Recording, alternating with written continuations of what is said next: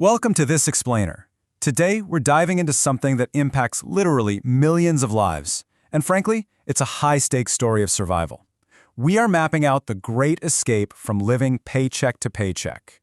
Look, if you've ever felt that sudden, visceral drop in your stomach when you check your bank balance just a few days before payday, you know exactly what I'm talking about. It's this terrifying, silent panic.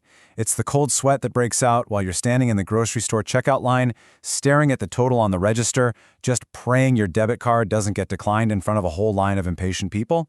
But today, we're not just going to sit in that discomfort.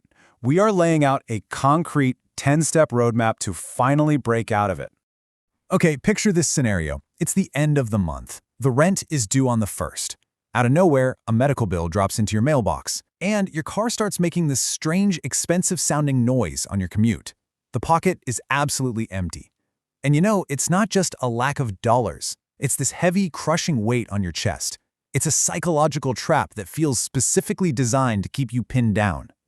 This kind of financial stress, it causes severe decision fatigue. You can't even begin to plan for next year or honestly even next month because literally all of your mental energy is consumed by just trying to survive until next Tuesday. It's that relentless anxiety that wakes you up at 3 a.m. and just refuses to let you go back to sleep. And sitting there in the dark, staring up at the ceiling, the exact same high-stakes question echoes in your mind. Will I ever get out of this trap?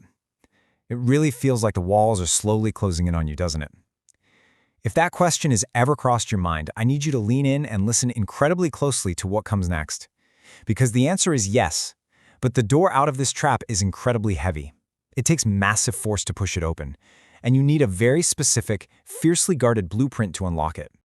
So, here's the exact escape plan we're going through today. First, the reality of empty pockets. Second, rewiring your financial mindset. Third, the math of escaping. Fourth, multiplying your economic value. And finally, the ultimate wealth assets. Okay, let's dive into this. Part 1. The reality of empty pockets. To escape this trap, you first have to understand that it's a dual threat. It's absolutely a financial crisis, sure, but more dangerously, it's a mental prison. If your mind is defeated, your wallet will never be full. You can work day and night, grinding away, totally exhausted, but if your energy is spent in the wrong direction, you're going to end up exactly where you started every single month, at zero. Step 1 to breaking out is the hardest pill to swallow. You have to absolutely reject the urge to blame the economy, the government, bad luck, or the family you were born into. Yes, the system might be flawed. And yes, you might have started miles behind the starting line. But pointing fingers pays exactly $0. Step 2 is taking extreme ownership of your life. This means sacrificing your ego. You have to look in the mirror and accept accountability for your daily spending habits.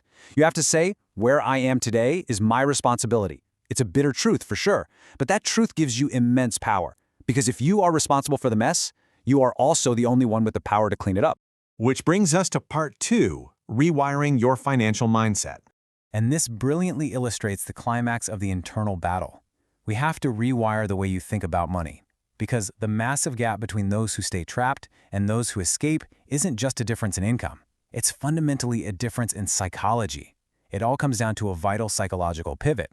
The poor mindset looks at a wall, hits it, and says, well, I don't have money, what can I do? The brain immediately shuts off, it just accepts defeat.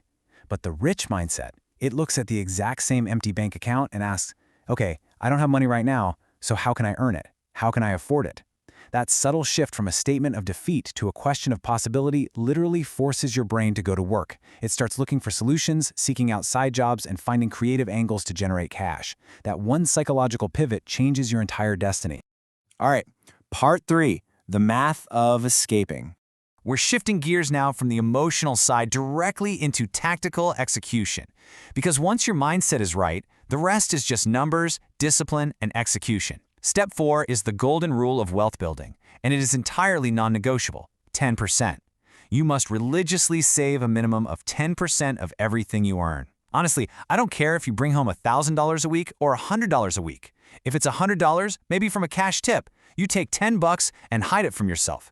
Setting up an automatic transfer on payday before you even see the money in your checking account is a bulletproof way to do this. This is about raw discipline, because if you spend every single penny you make, you will never, ever get ahead. You build the rigid habit first, and the wealth follows. Step 5 is dodging the deadliest landmine on your escape route, These are the wealth drainers. The absolute worst thing you can do is take on consumer debt for status symbols. We see this constantly, right? Financing a brand new car at a 9% interest rate just to look successful in the driveway? Or going into high-interest credit card debt for lavish events to impress people you don't even like? That is financial quicksand. It's an illusion of success that will drag you backward by 5 to 10 years. You literally have to sacrifice looking rich today so you can actually be rich tomorrow. Focus all of your energy on the wealth builders instead. Let's speed things up a bit. Part 4. Multiplying your economic value. We need to accelerate here because playing defense with your money just isn't enough. You have to play offense. In today's economy, if you rely solely on your physical labor, your income is totally capped. You're stuck in linear income, just trading hours for dollars. You have to acquire hard skills to build an arsenal for your escape.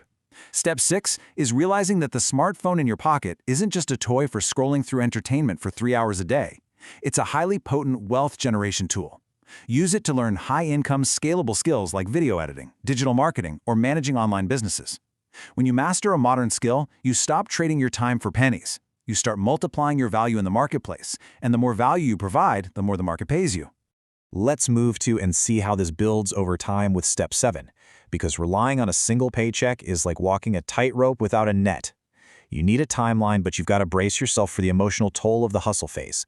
Month 1, commit to learning just one new skill. Put in an hour a day. By month 3 or 4, it's going to feel incredibly hard. You'll be tired and you won't see immediate results, but you have to push through that friction. By month 6, you deploy that skill into a small side hustle. It might just be an extra $50 a week at first, but by month 12, you're establishing multiple income streams. You're planting seeds, and just like farming, planting requires immense patience before the harvest. Consistency is absolutely your greatest weapon here. And finally, Part 5, the ultimate wealth assets. Escaping this trap is a very long game, and if you don't have the right lifestyle pillars in place, you will collapse before you ever reach the finish line. Step 8 is aggressively curating your inner circle. The environment you live in shapes who you become.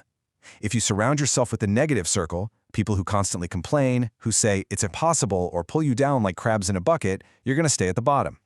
Often, this means making the incredibly painful decision to outgrow your hometown friends, or people who want you to stay financially stagnant with them just because it makes them feel safe. You must migrate to the positive circle. Surround yourself with people who work hard, who are obsessed with learning, and who pull you upward. Step 9 redefines what wealth actually is. So the crucial point is, your primary capital asset isn't your bank account. Actually, scratch that. It's strictly your physical health and your energy. If you're exhausted, sick, or drained, you simply cannot execute a financial escape plan. Think about it. If you're dealing with constant brain fog from a terrible diet, you are not going to have the mental clarity to sit down at 8 p.m. after a long shift and learn a complex new skill like video editing. Avoiding expensive addictions like alcohol or tobacco isn't just a wellness tip, it's a critical financial strategy. They drain your wallet and they ruthlessly rob you of the vital energy you need to grind out of your current situation. You've got to protect your sleep schedule fiercely. Maintain the best diet you can reasonably afford. Eliminate anything that artificially drains your funds and your focus. And finally, Step 10, write down a strict one-year goal. Don't just think about it. Physically write it down on paper. Writing it down changes your psychology. It shifts the goal from a passive daydream into a binding physical contract with yourself. You need to know exactly what you are aiming for, how much you'll save, what specific skill you'll master, where you want to be in 12 months. Because if you aim at nothing, you'll hit it every single time. Let me leave you with this really powerful realization. The path out is brutal, and it requires making sacrifices that the people around you simply will not understand. First, they will mock you, but when the results come, those same people will clap for you. You'll be called crazy for staying in on a Friday night to build a side business. You will be mocked for driving an old, reliable car while your friends finance flashy new ones they literally can't afford. But remember this, poverty is temporary. Your past decisions put you where you are today, but your actions today will dictate exactly where you stand tomorrow. The escape route is open, but you are the only one who can walk it. No more blaming the system. No more accepting defeat before you've even tried. The true path out of financial struggle starts internally. So, the only question that matters right now, as this explainer ends, is this. Are you ready to stop making excuses today? Are you ready to take extreme ownership of your journey right this second? The choice is entirely yours.